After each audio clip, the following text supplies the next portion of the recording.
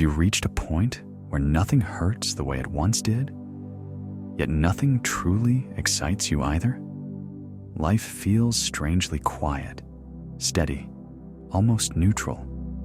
The most turbulent storm in your life has passed, and you survived. Take a moment to breathe that in. You endured the chaos, weathered the pain, and here you are, still standing, still moving forward. Life continues around you, but inside, something feels different, quieter, steadier, yet somehow uncertain. When what once gave life meaning, roles, identities, expectations, fades or collapses, the heart does not immediately awaken. First, it stabilizes. Anger no longer rises as quickly. Grief still appears, but it no longer overwhelms. Joy returns softly, without demanding your attention. You act, you function, yet something subtle has shifted inside. This is not failure. It is not misfortune. It is not emotional numbness. It is the heart and mind after surviving something profound. In Buddhist teaching, this state is called Saṅkhārupekkhā, a neutral, conditioned calm that emerges after deep suffering. It is not enlightenment, but it is far from nothing. It is a quiet proof of your resilience. The mind has endured. The heart has learned to remain upright, even after the fiercest storms. From the outside, this calm may look like detachment. From within, it feels like standing on solid ground after everything you relied upon fell away. A mix of relief, hesitation, and wonder. Something essential has ended, yet something new has not yet begun. This is a rare and precious stage, a pause between suffering and insight. The storm is past, but clarity has not fully arrived. If you find yourself here, know this: nothing has gone wrong. You have passed the hardest test, and your journey continues, gently, steadily, and with extraordinary potential. The calm that follows the storm, understanding Upekkhā Vedanā. After enduring life's harshest trials, a quiet emerges that may feel almost unfamiliar. Even in small, ordinary moments, you may notice it. A clash with someone no longer sparks immediate anger. An unexpected disappointment no longer throws you into panic. Joy arrives gently, without the intensity that once swept the heart away. In Buddhist teaching, this is known as Upekkhā Vedanā, the neutral feeling that follows profound suffering.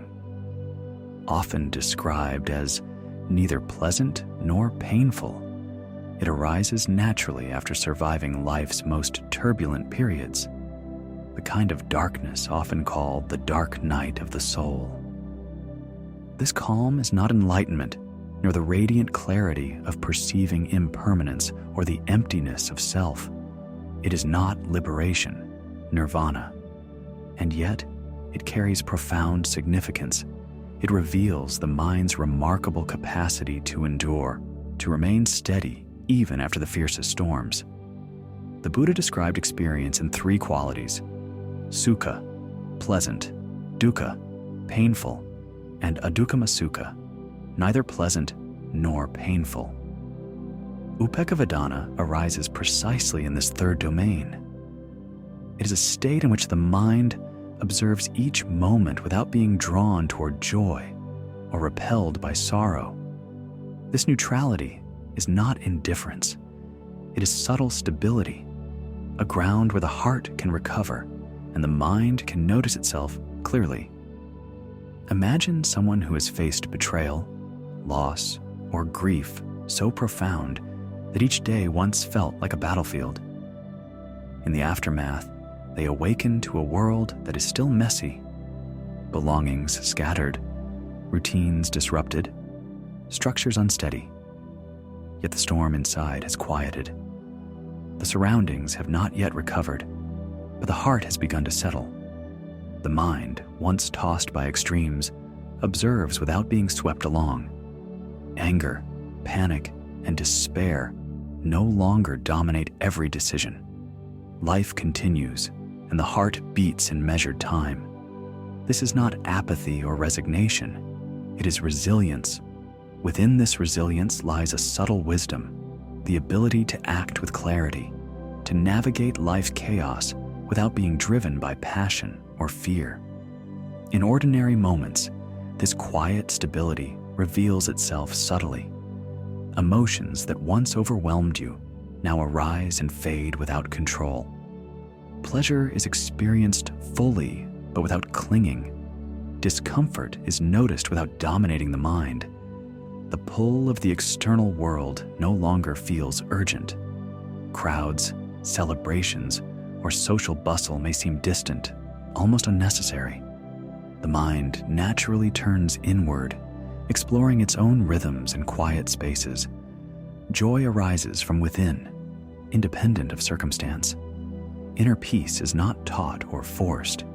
It emerges quietly, like a steady flame in a sheltered room, illuminating thought, feeling, and presence without distraction. Once this subtle calm begins to appear, gentle observation becomes the natural next step. Notice the stillness without judgment. Ask yourself, when the mind is steady, what arises within?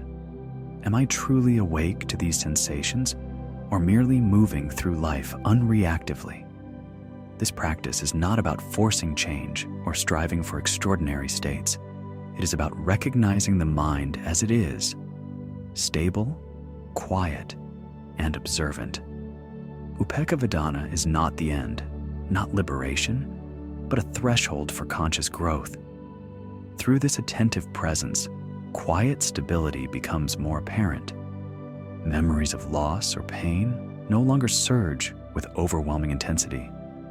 Thoughts appear and fade without hijacking your attention. Emotions are felt fully, yet do not control your actions. This is not numb detachment. It is the mind standing firmly, aware, awake. Proof that the heart can endure and consciousness can remain clear even after profound suffering. Living in neutral, understanding Saṅkhārupekkhā. After enduring life's deepest storms, your mind may settle into a rhythm of its own, neither lifted by joy nor dragged down by sorrow. This is Saṅkhārupekkhā, the habitual neutral mind, a state of inner stability cultivated through experience, endurance, and careful observation. Unlike Upekkhā Vedanā, which describes the calm of feelings and emotions, Saṅkhārupekkhā speaks to the mind itself, poised, reflective, and unshaken, capable of engaging with life without being swept away by its turbulence. In Buddhist teaching, the mind is understood as conditioned by countless causes and effects, saṅkhāras, the mental and physical formations that arise, persist, and fade. Every thought, impulse, or sensation is shaped by previous actions, perceptions, and intentions. Normally, these formations pull you toward pleasure or push you away from pain, creating a reactive, often chaotic, mental life. Saṅkhārupekkhā arises when the mind observes these formations without clinging or aversion, neither grasping at what pleases nor recoiling from what troubles. It is neither numbness nor indifference, but a deliberate, steady clarity cultivated through habituation, reflection, and mindfulness. You may notice it in yourself when your attention no longer jumps impulsively from one thought or sensation to the next. Your mind pauses, registers experience fully, and considers the broader context before acting. This is not fast, shallow thinking. It is deep, measured, and discerning. You are not merely avoiding reaction. You are cultivating mindful wisdom, allowing each decision and action to arise from awareness rather than habit. Here, the mind becomes your ally rather than your slave. In practical terms, Saṅkhārupekkhā manifests quietly yet unmistakably. When difficulties or uncertainties arise, you do not immediately grasp at solutions or recoil in fear. When emotions stir, you feel them fully, but do not surrender to them. When challenges press in, your mind surveys the situation comprehensively, integrating memory, insight, and foresight before moving. You become capable of acting with clarity, restraint, and moral discernment, qualities that flow naturally from this habitual equilibrium. This mental equanimity allows your life to be lived deliberately rather than reactively. Saṅkhārupekkhā is not mere calm. It is a bridge of intelligence and reflection. It prepares the mind for deeper insight, what the Buddha calls vipassana, the seeing of reality as it truly is. By resting in this neutral, observant state, you allow the patterns of mind and life to reveal themselves without distortion. You gain space to reflect, notice subtle inclinations, and understand cause and effect in your own experience. This is the intellectual and ethical depth of Saṅkhārupekkhā. It is not simply a passive calm, but a training of awareness, a foundation for wisdom, discernment, and moral integrity. Yet, it is profoundly human and alive. You do not retreat from life. You engage fully, but with measured attention. You act, you care, you choose, yet nothing dictates your inner balance. Even joy and sorrow are received with steady awareness, like a calm lake reflecting the sky, clear, undistorted, and fully present. You discover that clarity is not imposed.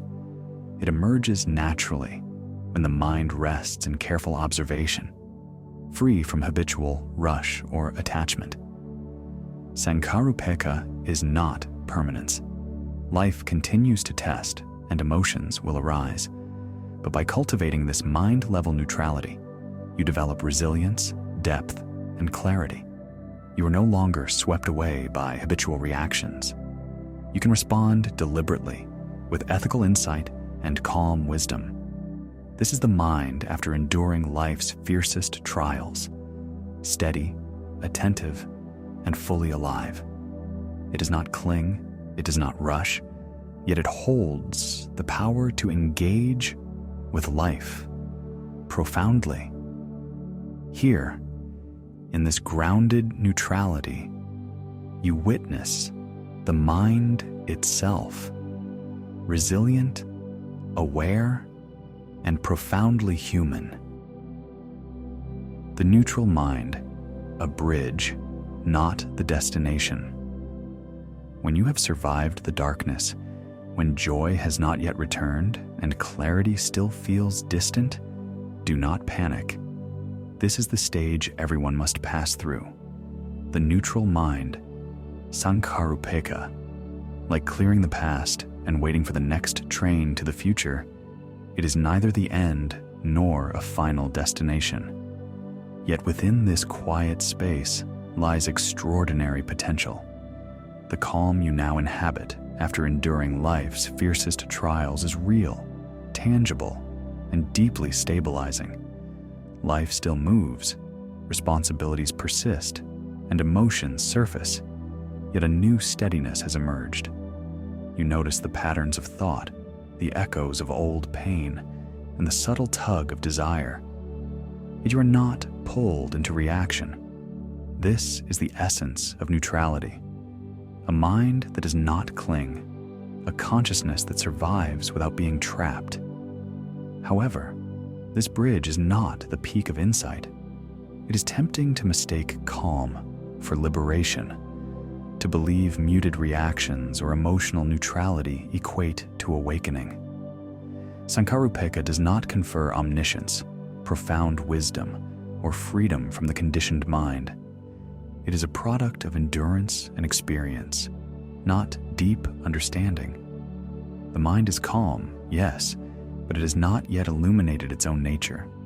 Neutrality provides safety, reflection, and preparation, But insight arises only when calm is coupled with awareness, attention, and wisdom.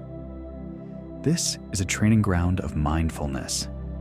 Each conscious pause, each reflective breath, is a step toward turning neutrality into insight.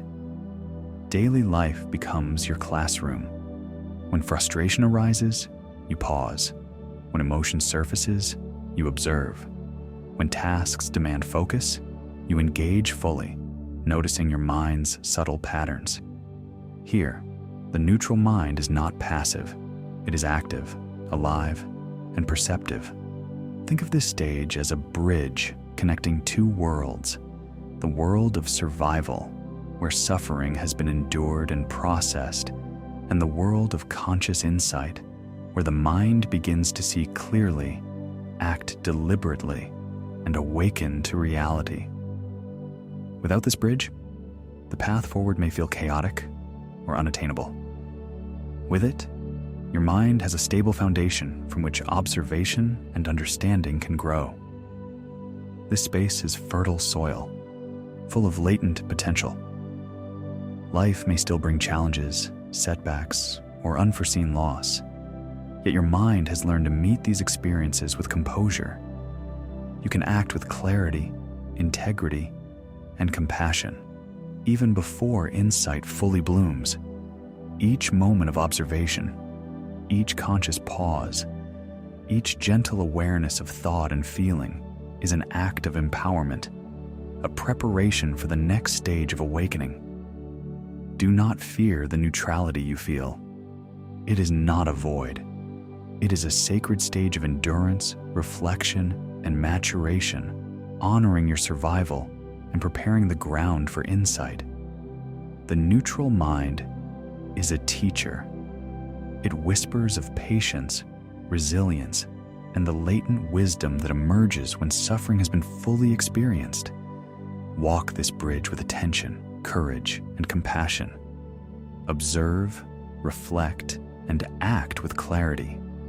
Saṅkhārupekkhā is not a prison, nor the final light.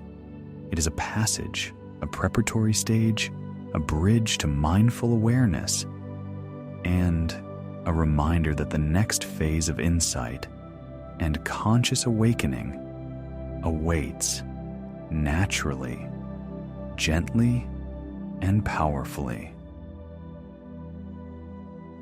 If this wisdom resonates with you, please like this video and subscribe to join us on the path of conscious living.